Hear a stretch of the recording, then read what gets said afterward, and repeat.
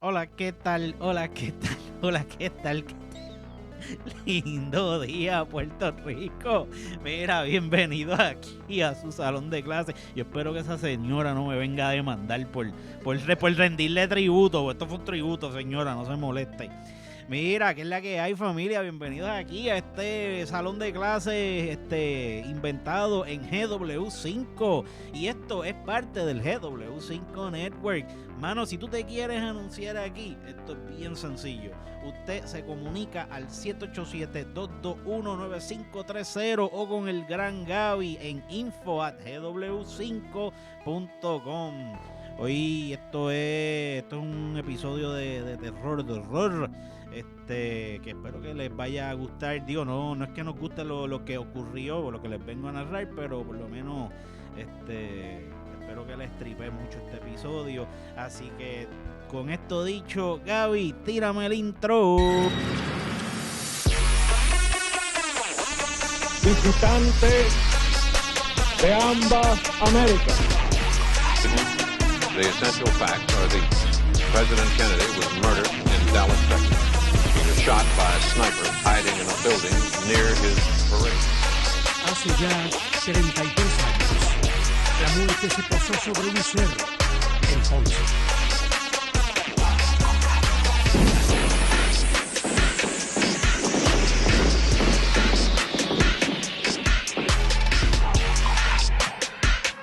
Those aboard leaping for life from a flaming inferno. The actual crash of the Hindenburg.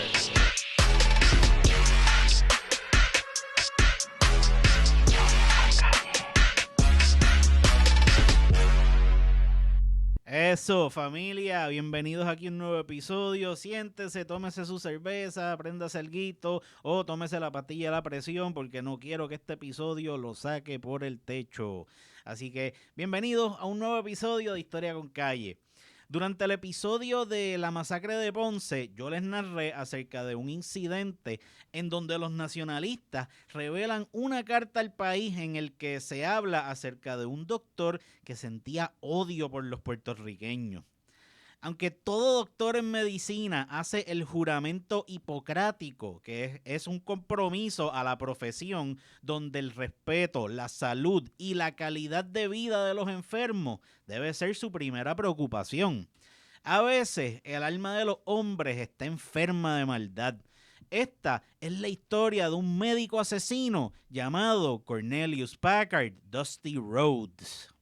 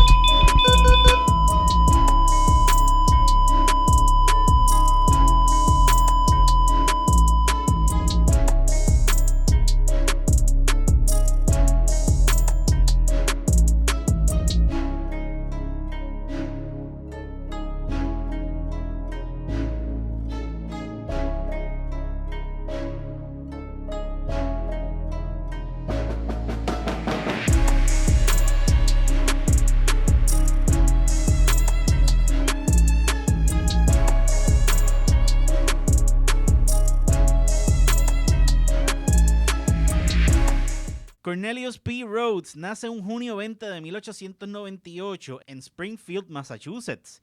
Estudió su bachillerato en Bowdoin y luego se gradúa cum laude de la Escuela de Medicina de Harvard en 1924. Al especializarse en patología, se une al personal del Rockefeller Institute for Medical Research. Durante la Segunda Guerra Mundial ejerció como médico con el Army Medical Corps, donde se dedicó a desarrollar armamentos y técnicas químicas con la intención de asesinar personas. Esta labor de odio consigue que le otorguen el Army Legion of Merit en 1945. Fue consultor médico para la Comisión de Energía Atómica, donde participó en investigaciones científicas para el Pentágono por medio de su trabajo como director del Sloan Kettering Cancer Research Center de la ciudad de Nueva York. Bajo su dirección se exponían pacientes a irradiación para beneficio militar. Por varios años, el Departamento de la Defensa norteamericana financió estos estudios para investigar los efectos médicos de la radiación en el cuerpo humano.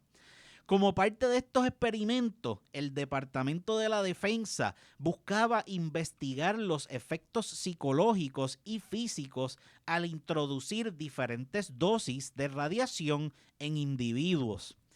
Uno de los intereses de las Fuerzas Armadas era estudiar los niveles de tolerancia en el cuerpo humano y el poder diagnosticar y curar condiciones relacionadas a la radiación. El lograr conseguir tratamientos adecuados a cualquier condición relacionada a la exposición a la radiación era determinante a la hora de un desastre atómico y nuclear.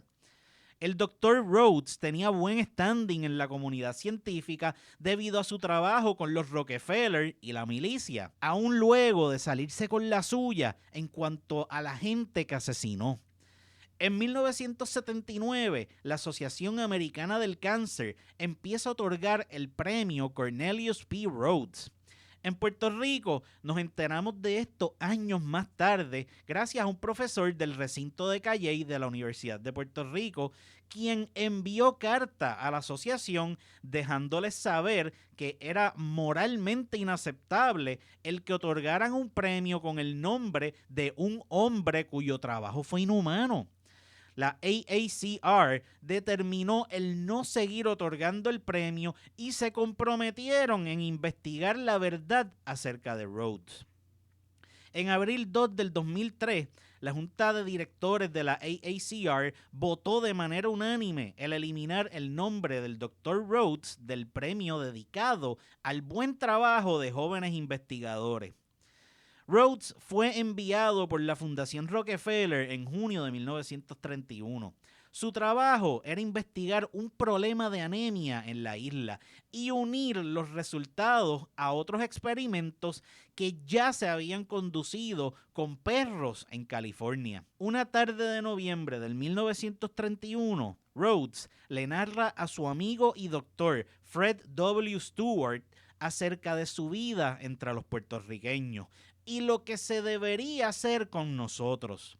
Sus palabras fueron: lo que esta isla necesita no es un sistema de salud pública, más bien una onda de destrucción o algo que termine de acabar con la población. El tipo narra en su carta que mató a 8 boricuas y que les trasplantó cáncer a muchos otros.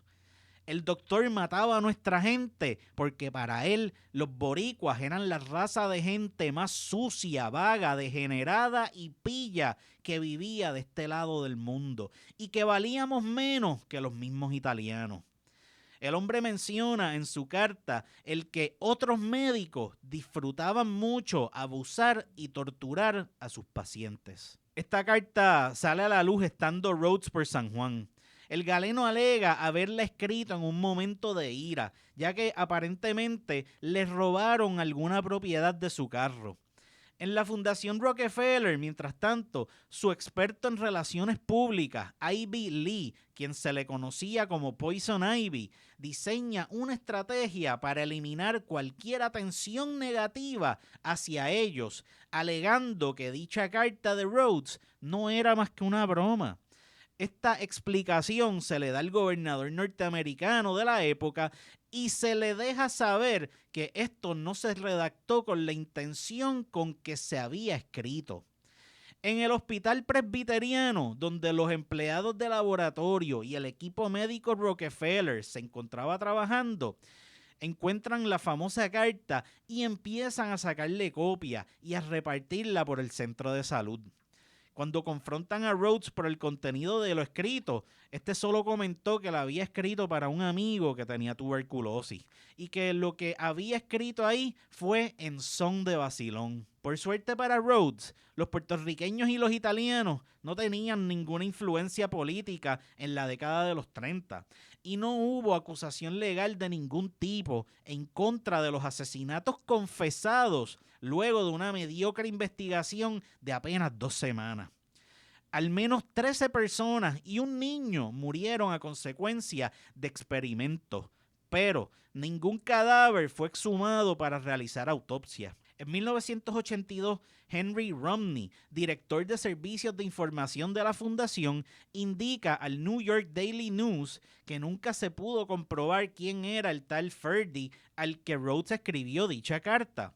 Romney metió tremendo embuste, ya que Rhodes escribió el nombre Fred W. Stewart para poder enviarla. El Dr. Stewart era un especialista en patología que trabajó en el Instituto Rockefeller y el Memorial Hospital entre 1926 al 1936.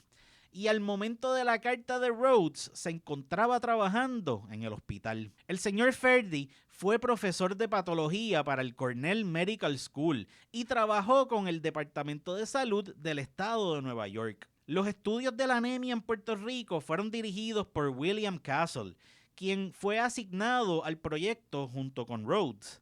El historiador Pedro Aponte Vázquez, quien se ha dedicado a investigar a fondo el caso del Doctor de la Muerte, pudo visitar los archivos Rockefeller para corroborar información del caso. Al examinar la evidencia que allí encontró, pudo comprobar que el gobierno norteamericano conspiró junto al gobernador James R. Beverly para eliminar cualquier evidencia que hiciera lucir mal a las autoridades. El historiador cuestionó al presidente de la junta del Rockefeller Foundation, llamado Theodore Hesburgh, acerca de la posición oficial de la fundación en cuanto al caso Rhodes. La posición oficial de dicha fundación fue la de hacerse los locos, que eso pasó hace muchos años y que hubo una investigación completa que arrojó luz en cuanto al asunto. La Fundación Rockefeller estaba decidida que ellos no iban a comentar. En 1932, el gobernador Beverly se comunica por carta con Wilbur A. Sawyer para hablar acerca de este tema.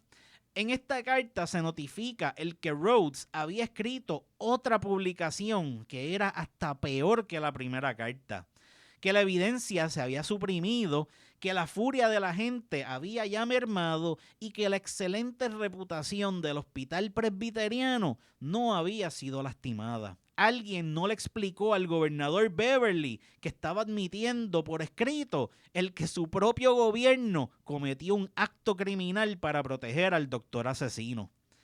Algunos funcionarios de la fundación estaban bien interesados en tener acceso a esta carta y hasta le solicitan copia al gobernador Beverly. Este les respondió de manera cordial a los funcionarios y les prometió su copia solo si el fiscal de distrito no la había destruido ya. Esta segunda carta parece como si se la hubiese llevado el viento, pero en julio 23 del 1979 vuelve a resurgir su mención. El Archivo General de Puerto Rico encontró unos documentos sin catalogar y debido a la falta de personal no habían verificado el contenido de dichos documentos. En este archivo se encontró mucha información acerca del asunto Rhodes, pero la segunda carta no aparecía ni por los centros espiritistas. Raimunda Quiñones era una jibarita que apenas llegaba a los 12 años de edad cuando murió al ser víctima de Rhodes. Esta niña se presentó en el Hospital Presbiteriano un octubre 28 del 1931, bien enferma de anemia. No pasaron ni 10 horas de su ingreso cuando muere. La información existente de Raimunda es muy poca. Se cree que venía de una familia numerosa, pero eso era algo bien normal en la época. No se sabe nada de sus padres, si vivía con algún familiar, si tenía que trabajar para poder comer y ni tan siquiera si alguna vez llegó a entrar en la escuela. En aquel entonces la anemia era una enfermedad mortal. Los médicos creían que se daba a consecuencia de parásitos como la uncinaria. A este parásito se le llamaba el Necator americanus, que significa en inglés American Murderer. Como Raimunda estaba tan mala de salud, cualificó sin tener idea alguna para ser sujeto de experimentos. Al igual que esta inocente niña, habían 300 personas más, todos pobres, sirviendo de conejillos. La epidemia de la anemia entre los 20 y los 30 fue horrible en el país. Miles de puertorriqueños padecían de esta enfermedad, siendo en su mayoría gente pobre, en condiciones terribles laborales, salarios miserables y pasando hambre. La nación norteamericana ha tenido un problema bastante feo de racismo en, digamos, toda su historia, pero esto llegó a niveles absurdos donde hasta el Tribunal Supremo para 1857 dio el visto bueno a la discriminación racial bajo el planteamiento de que el disfrute de los derechos era un privilegio que solo le tocaba a los blancos. Con esto dicho, la Fundación Rockefeller no podía perder su oportunidad dorada de experimentar con humanos en la nueva colonia. De esta manera, podían continuar una investigación que se empezó utilizando perros, basada en los estudios de George Hoyt Whipple. La investigación de Hoyt daba una alternativa de tratamiento a la anemia basada en el consumo de alimentos como el hígado. La invitación para realizar experimentos humanos en la isla llega por parte de un representante de la fundación en Puerto Rico llamado George C. Payne, quien hasta fue parte del Departamento de Salud de nuestro país. El Dr. Payne le escribe a su colega William B. Castle, profesor de Harvard, para que llegue a nuestra isla. La idea era que sus experimentos en Puerto Rico les traería a la mesa el famoso premio Nobel. Con la creación de un tratamiento efectivo contra la anemia, los puertorriqueños, confiados en que estos doctores de aquella fundación de renombre venían a hacer el bien y no a experimentar, pusieron la vida de cerca de 20 niños entre las edades de 1 a 6 años en manos del equipo médico Rockefeller. El director del Instituto de Investigación Médica Rockefeller, Dr. Simon Flexner, le escribe a Rhodes acerca de la posibilidad de colectar muestras de sangre de niños entre 5 a 10 años y de adultos entre las edades de 20 a 30. Las muestras serían utilizadas para un experimento relacionado con un brote de polio en Nueva York. Rhodes responde diciendo que recolectar esas muestras sería muy fácil, que le enviaría muestras de más y que de ser necesario, él mismo las recolectaría. El doctor de la muerte también pide quedarse un tiempo adicional en Puerto Rico, ya que en su opinión el trabajo que estaba haciendo en la isla iba por muy buen camino. En cuanto al polio, Rhodes le declara que en Humacao hay un brote salvaje atacando a la ciudadanía. Flexner parece que se le hace la boca agua al leer eso, porque rápido se vuelve a comunicar preguntando si existen instituciones hospitalarias para la niñez en el país y que quiere probar un material en desarrollo para ver si daba inmunidad a la condición. Rhodes cumple su palabra y le envía al director muestras de sangre de 12 personas que atendió por Nahuabo y 51 muestras de médula ósea en un cooler. En cuanto al polio, Dr. Flexner le deja saber a Rhodes que era su creencia que el polio fue introducido en Puerto Rico por culpa de gente que llegó a la isla de Nueva York y lo empezaron a propagar. El experimentar tratamientos desconocidos sin el consentimiento de la gente no solo ocurría aquí en nuestra isla. En lugares como Alabama, el Departamento de Salud de ese estado experimentó con hombres y mujeres de raza negra y pobres. Este horrendo crimen tuvo su fin 40 años más tarde, cuando la prensa lo tira al medio. El engaño era el tema central en esta obra, ya que tanto en Puerto Rico como en Alabama, los pacientes llegaban creyendo que iban a ser sanados y no que los tratarían como conejillos de laboratorio. El equipo médico que llegó del Rockefeller Foundation estaba compuesto de su director Castle, Dr. Rhodes, Emil Bonnell y Louis Setzel. Este grupo organiza su centro de mando en el Hospital Presbiteriano de San Juan, ya que tenía acceso a laboratorios y varias facilidades. Una de las labores de Rhodes era el proceso de seleccionar sujetos para los experimentos y asegurarse que tuvieran problemas serios de anemia. Si usted ha participado en una feria científica, cuando estudiaba, obviamente, sabe que los experimentos se dividen en un grupo de control y el grupo experimental. Lo mismo que pasó en el hospital cuando llegan estos médicos, y en el caso de Raimunda es probable que ella terminó en el grupo experimental. Uno de los problemas iniciales que pasaron con estos experimentos se da cuando Castle empieza a insistir en meter al equipo a una trabajadora social de Sidra de 19 tiernos años llamada Celia Núñez. El Dr. Payne objetó la entrada de la joven al equipo y Castle argumentó en la fundación que unos experimentos llevados a cabo por la joven eran valiosos y de ella no ser incorporada al equipo, él se aseguraría de publicar su trabajo en un jornal de Harvard. Para 1932, otro doctor de apellido Howard señalaba que no debían envolverse en experimentos que involucraran maestras y estudiantes sin la aprobación y el apoyo del comisionado de educación de la época. También menciona el hecho que no se le debía regalar dinero a una persona que operaba sin ningún tipo de supervisión y que no tenía la pala gubernamental ni los contactos necesarios con el Departamento Insular de Salud. De Celia Núñez se sabe que estudió en la Universidad de Puerto Rico y trabajaba en una escuela en Sidra como trabajadora social. Uno de sus trabajos en la escuela era referir al equipo Rockefeller cualquier persona enferma de anemia o con los que ella misma había experimentado. Al final, la chica logra su cometido y es aceptada en el equipo de trabajo. En la pelea por considerar a Núñez como parte del equipo, sale a relucir que ella no tenía ningún permiso del comisionado de educación para conducir experimentos. Entre julio 7 de 1931 hasta octubre se mueren las primeras 4 víctimas en nombre del avance científico. Si la carta de Rhodes no hubiese terminado en manos de Albizu Campos y el Partido Nacionalista, puede ser que estas muertes pasaran con ficha.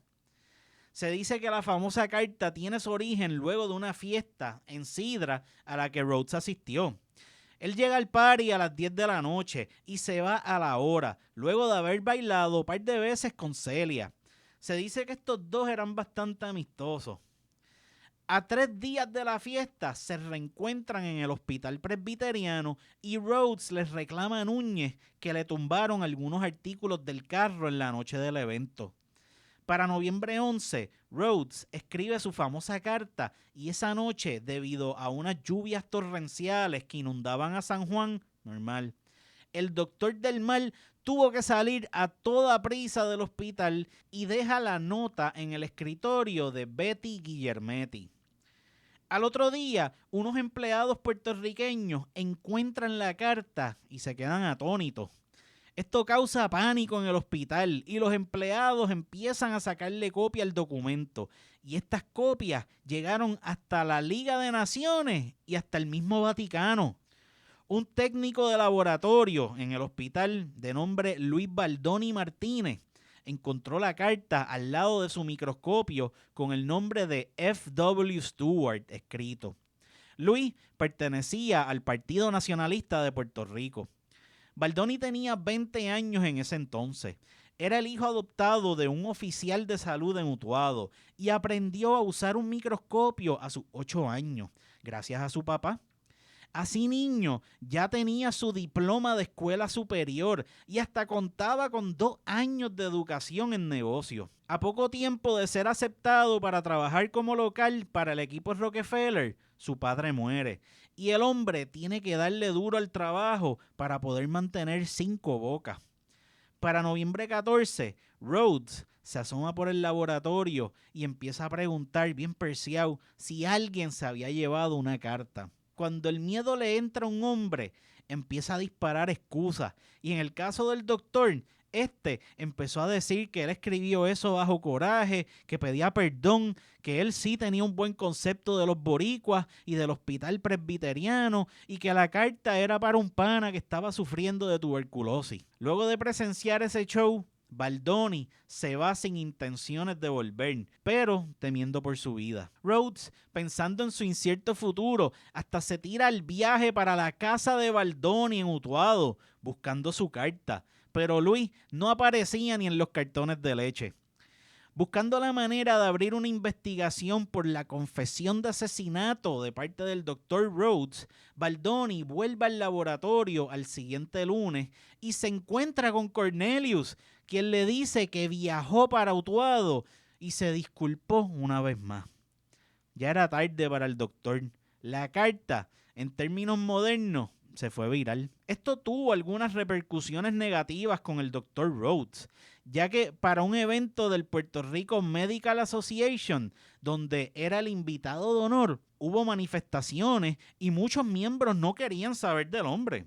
Incluso hasta se propuso el tomar acción legal en contra del doctor.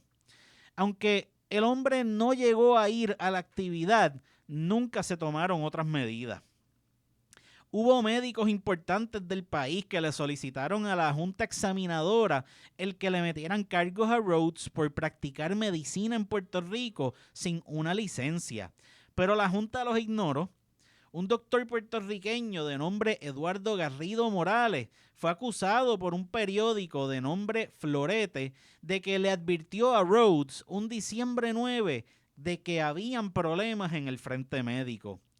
Rhodes se tira un cuento bien loco de que tenía un tío muriéndose allá por Nueva York y para diciembre 10 huye del país. Al huir de la isla, el Dr. Rhodes nunca habló claro a la Fundación Rockefeller ni al Instituto Rockefeller acerca del desastre que dejó aquí en el país y lo hizo lucir como que había terminado su trabajo allí y el resto lo podía finalizar en el instituto. Para enero 29, la prensa le empieza a solicitar entrevistas luego de que le enviaran notificación del gobernador Beverly, quien solicitó una investigación con relación a su carta. Rhodes rápido es asesorado a quedarse tranquilo y no comentar nada acerca del asunto a la prensa. El instituto y la Fundación Rockefeller, mientras tanto, buscaban ángulos en cuanto a la historia para no dañar su reputación debido a lo revelado por esta carta. Rhodes se comunica con el gobernador Beverly y le dice que la carta no era real y que él escribió en realidad una composición literaria, o sea, un cuento. Este cuento de ciencia ficción y fantasía fue redactado por diversión y que no representaba para nada su pensar. Este mensaje fue escrito por Simon Flexner y Ivy Ledbetter Lee, ambos expertos en relaciones públicas.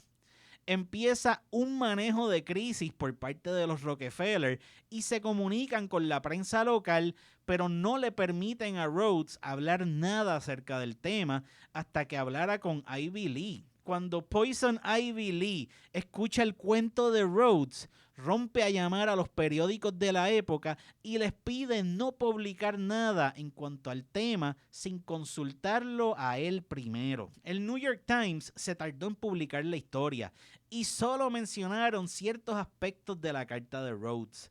De esta manera se crea la impresión que dicha carta no era más que la rabieta temperamental de un hombre adulto y educado.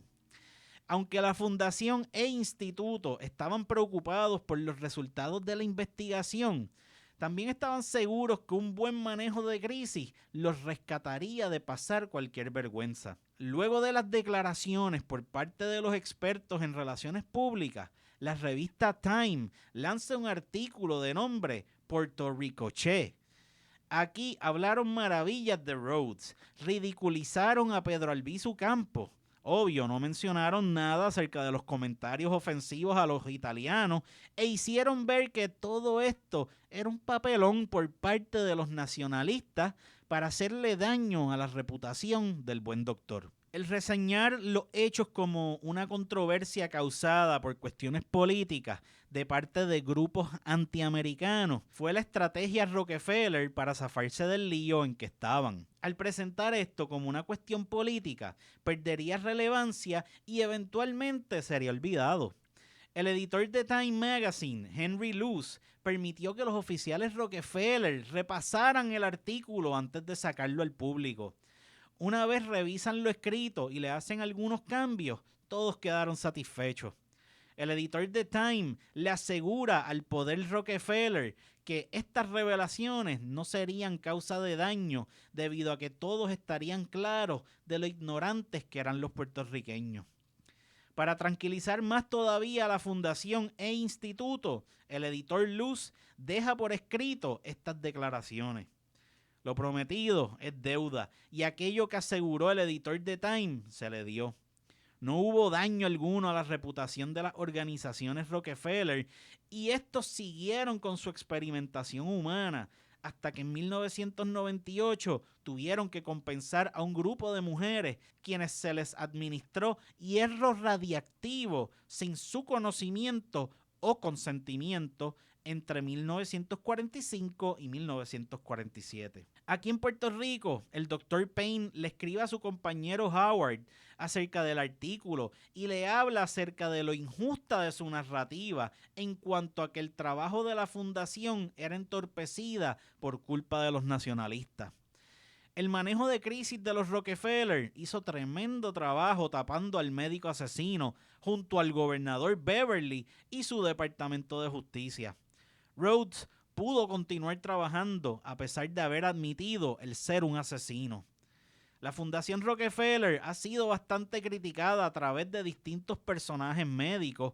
Por ejemplo, un doctor de apellido de Cruyff en una novela titulada Arrowsmith les tira duro al hacerlos ver como una institución donde el lucrarse estaba por encima de la salud pública. Según el argumento del doctor de Cruyff, el instituto lo que hacía era buscar publicidad y dinero para empujar descubrimientos al mercado sin hacer estudios adecuados. Aunque periódicos como New York Times y el Chicago Tribune metieron el embuste de que Rhodes había salvado docenas de pacientes, existe una declaración pública por parte de Rafael Arroyo Seppenfeld que le escribe al editor de la correspondencia identificándose como uno de los pacientes tratados por Rhodes.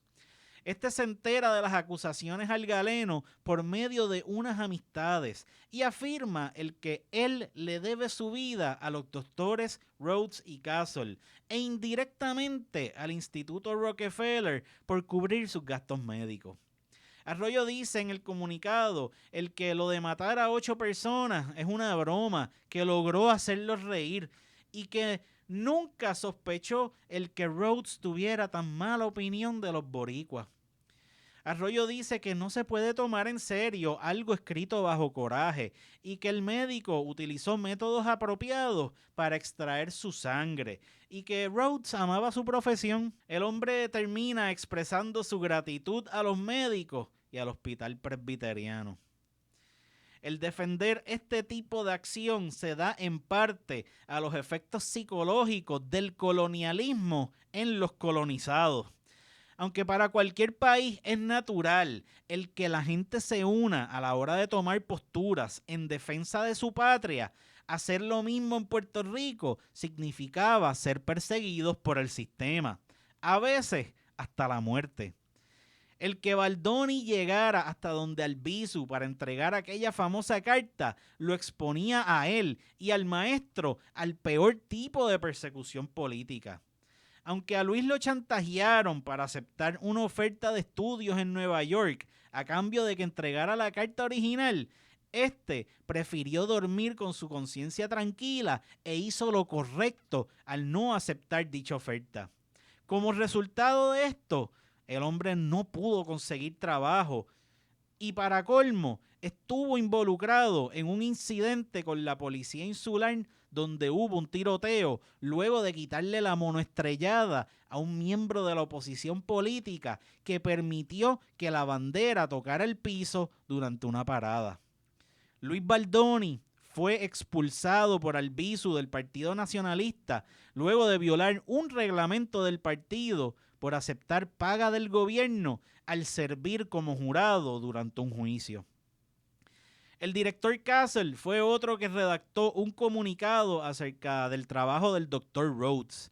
Castle explica en jerga médica parte de los trabajos realizados por el equipo en cuanto a los casos de anemia y que estaba preparado para aceptar la responsabilidad de la labor del Dr. Rhodes en Puerto Rico y lo describe como uno de índole positivo y del más alto orden desde un punto de vista médico y humanitario. Castle habla acerca de su amistad con Rhodes y que duda el que hubiera trabajado en contra del bienestar de los pacientes a su cargo. Castle alega tener evidencia de la actitud amable y sincera hacia los enfermos por parte de Rhodes por medio de sus propias observaciones y de testimonios de pacientes. Sospechando el que el Hospital Presbiteriano no haría nada para investigar los sucesos de Rhodes, Luis Baldoni renunció a su puesto y en su carta de renuncia se admite su sospecha de que el manipular la verdad, como hizo la fundación, pudo afectar a las trabajadoras del laboratorio, quienes eran en su gran mayoría mujeres. En su carta, Baldoni narra que renuncia porque tiene dignidad como puertorriqueño, por su honor como persona honesta y que jamás hubiese pensado que la mujer puertorriqueña olvidara los insultos de sus patronos y se dejaran comprar. La referencia a la mujer puertorriqueña se da porque las enfermeras, todas mujeres, se prestaron para testificar de que Rhodes nunca había bregado con pacientes de cáncer. Cuando Albizu recibe la carta de Rhodes, este afirmó que el gobierno norteamericano conspiraba para exterminar a los puertorriqueños y que el médico de la muerte era el instrumento para llevar este macabro plan a cabo. En la Asamblea Nacionalista, Albizu acusa a la Puerto Rico Medical Association de ser cómplices y de su falta de patriotismo.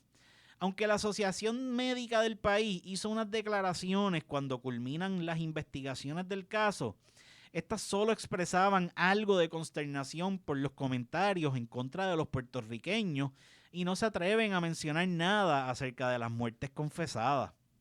El gobernador Beverly, quien se tiró el aguaje de querer investigar este asunto, trabajó para taparlo. Primero se rehusó en hacer pública la evidencia obtenida en donde no había base para interrogar al Dr. Rhodes ni exhumar los cuerpos de sus experimentos. El secretario general del Partido Nacionalista Puertorriqueño, Rafael Rivera Matos, le solicita al procurador Arturo Ortiz Toro el que se les diera la oportunidad de examinar la evidencia por medio de una comisión médica de prestigio internacional. El procurador interino Ortiz, por supuesto, rápido dijo que no. Preocupado, el gobierno local del interés nacionalista en Rhodes buscan cómo desviar la atención del movimiento político.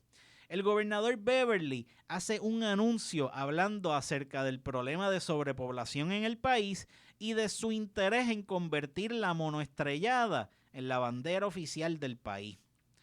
La monoestrellada, como ya les narré en el episodio de la masacre de Ponce, la utilizaban los nacionalistas en sus actividades. Y el convertirla en la bandera oficial de la isla no solo les prohibiría su futuro uso en cualquier actividad, era también un fuerte golpe al movimiento político.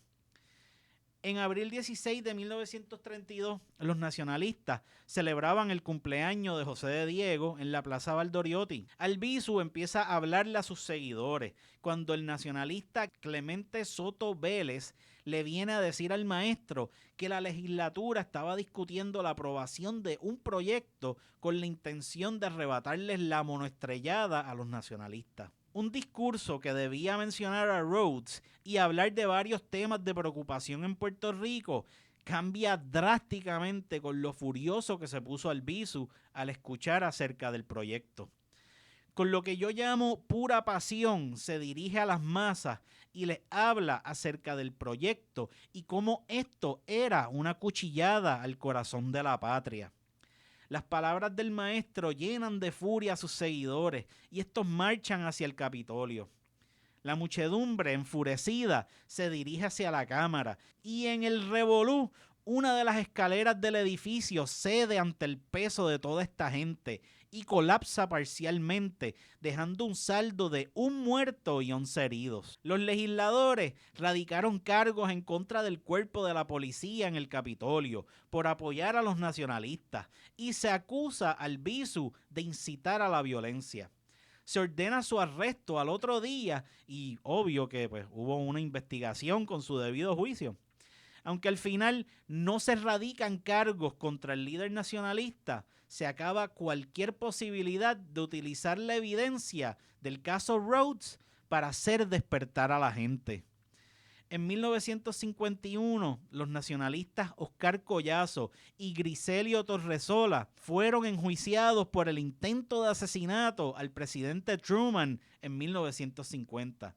Durante el juicio, uno de los argumentos que utilizó Collazo fue el caso Rhodes como evidencia del desprecio de los Estados Unidos hacia Puerto Rico. Collazo siempre estuvo convencido de que la carta de Rhodes era en tono serio y se sentía horrorizado con los hechos. En 1935, los nacionalistas le declaran la guerra a los Estados Unidos en su asamblea anual en Caguas. De ahí ocurren varios incidentes en el timeline, como la masacre de Ponce y el levantamiento nacionalista en octubre 30 de 1950. Mientras en Puerto Rico se daba el grito de Jayuya, Collazo y Torresolá tomaban un vuelo de ida para Washington con el propósito de asesinar al presidente Harry S. Truman.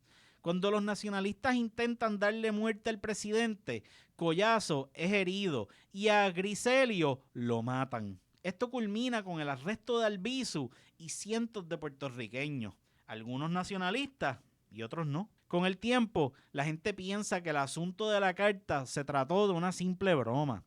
Los intentos de esconder la verdad tuvieron éxito, y aunque los nacionalistas mencionaban lo sucedido, ya no tenía relevancia y contribuye a que los nacionalistas miren hacia la lucha armada.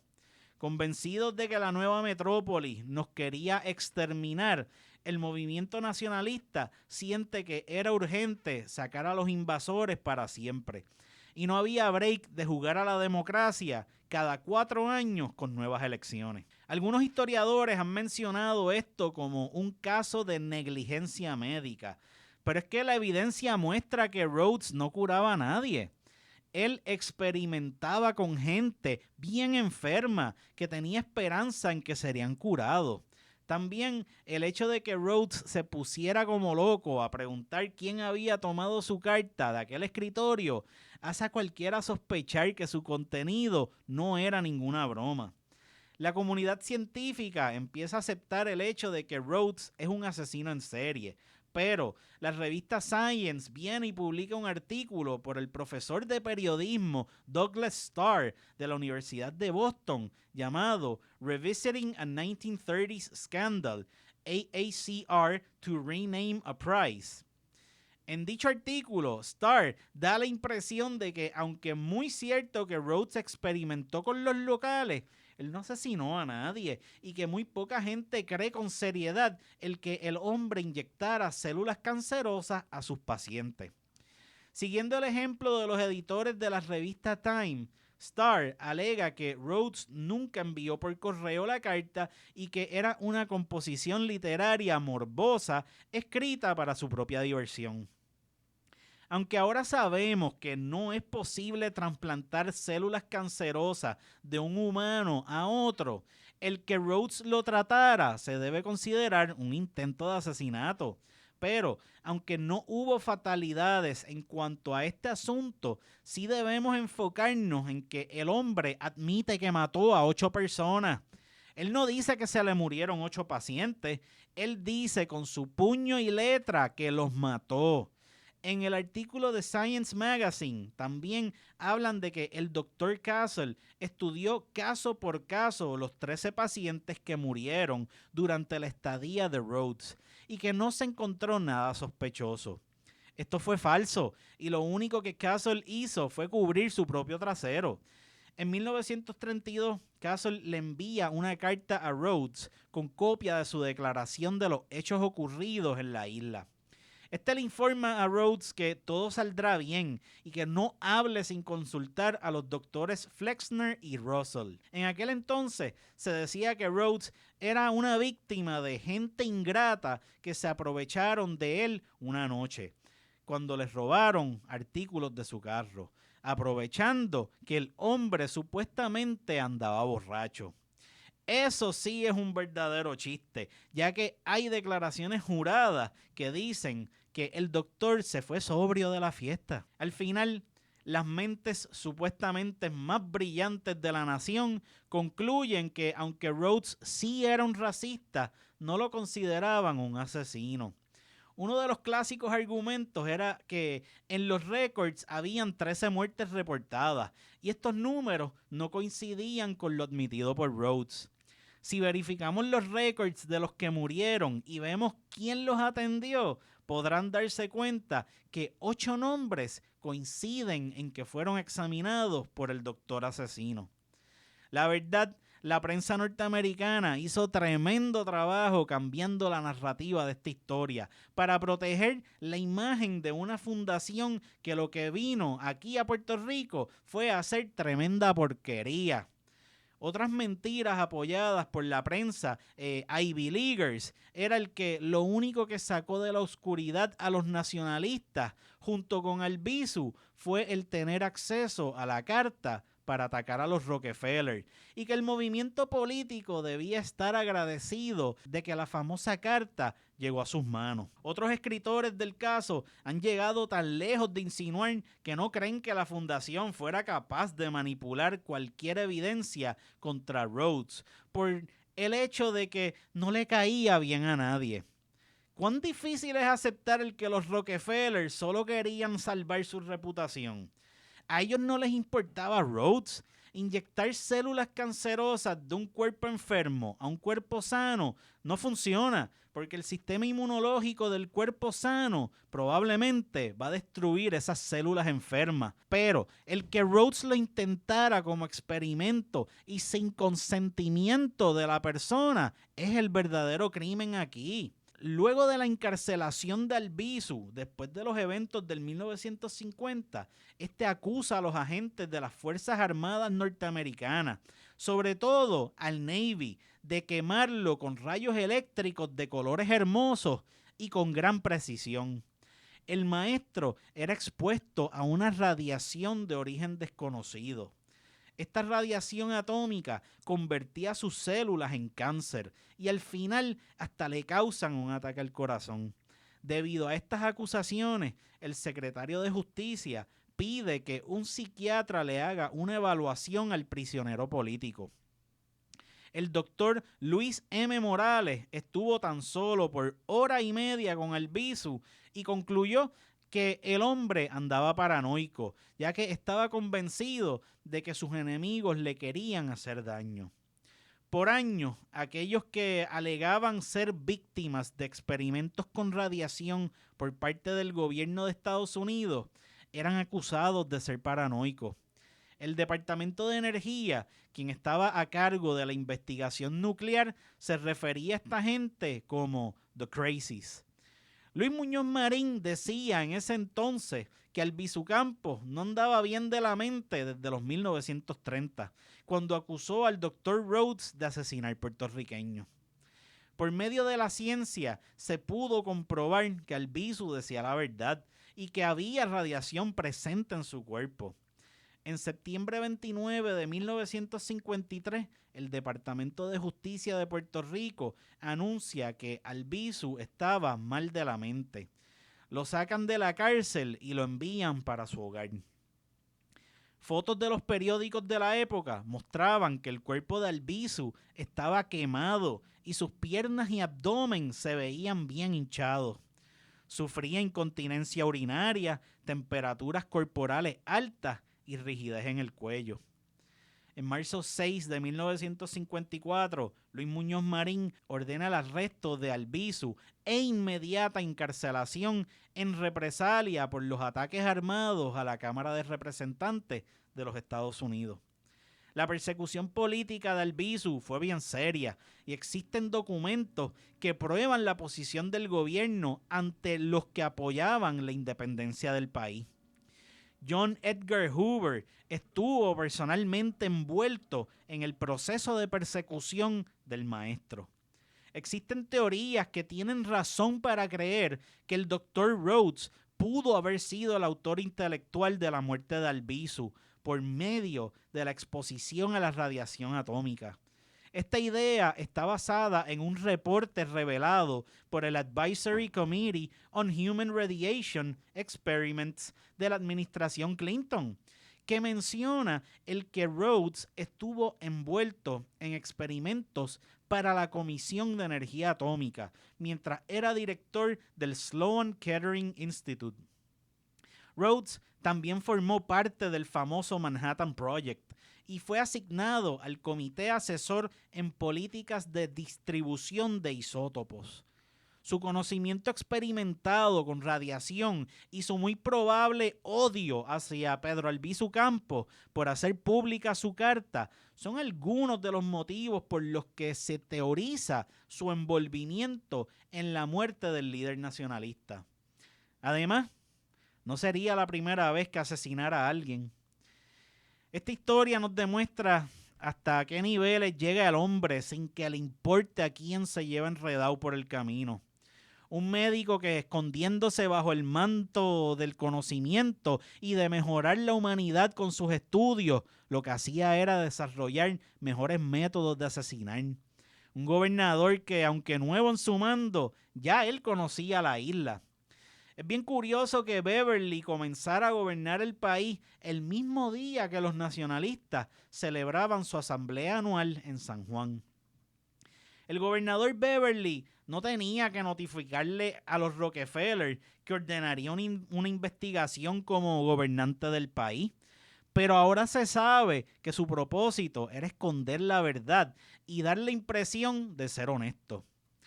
El gobernante norteamericano no pensó bien que estaba cometiendo tremendo crimen al hacer eso. Como quiera, aquí nadie pensaba en el daño que se le causó a tanta gente. La fundación solo pensaba en su reputación. Beverly pensando en las implicaciones políticas a sus jefes en Washington. Y los de aquí, bien, gracias. Albizu tuvo razón en cuanto a ver la carta notoria de Rhodes en contexto político, pero vamos a ser claros, se equivocó al utilizar los crímenes del Galeno como evidencia de conspiración para la exterminación de los puertorriqueños por parte del gobierno norteamericano. A casi 100 años desde que pisó suelo boricua, este caso sigue causando diversas opiniones. Buscando información acerca del mismo, encontré una tesis aprobada de la Universidad de St. John del 2020 y un artículo de Cornell University donde ambas presentan al doctor como un individuo que fue parte importante en la búsqueda de tratamientos para enfermedades como el cáncer. La tesis dice que aunque hoy en día Rhodes fuera considerado racista, en aquel entonces considerar a los puertorriqueños como gente sucia y pilla no se consideraba como tal. La tesis se atreve a decir que el doctor fue inhumano debido a su pasión por la ciencia. La Cornell University termina su descripción del médico diciendo que trabajaba tanto que trabajando lo sorprendió la muerte en 1959. Bueno, familia, este episodio no fue tan largo. Está fuerte, está triste que esto haya pasado. Se ve un grupo de gente que, diablo, tú sabes, se creían superiores a uno, mano. Y al final, mira la porquería que vinieron a hacer. De verdad que, mano, saca por el techo a cualquiera, porque es como que, brother, ¿Cuánta gente jodieron por experimentación humana, señores? Experimentación humana. Está cabrón. Así que nada. Wow, qué semanita la mía. Me han pasado un par de cositas medias nasty, más tener que absorber toda esta información. De verdad que... qué bueno fue ya soltarla, corillo. Mira, como siempre, tengo que darle las gracias a la familia de la colección puertorriqueña en la Universidad de Puerto Rico en su recinto de Río Piedras. Gracias a ellos es que yo consigo esta información, porque obviamente yo no me voy a estar metiendo a Google ni Wikipedia para traerte, ¿verdad?, datos históricos cuestionables. Así que... nada, señores, será hasta la próxima semana. By the way, pronto viene un receso de verano, porque ahora mismo ustedes están cogiendo clases de verano, pero pronto les voy a dar unas vacacioncitas de mis clases de historia, aunque volveremos en agosto porque voy a estar investigando un tema, bien caliente, que nadie se atreve a hablar, pero yo sí tengo los pantalones para hacerlo. Así que será hasta la próxima semana, gorillo. Los quiero mucho, cuídense, suave. Gaby, llévatelo.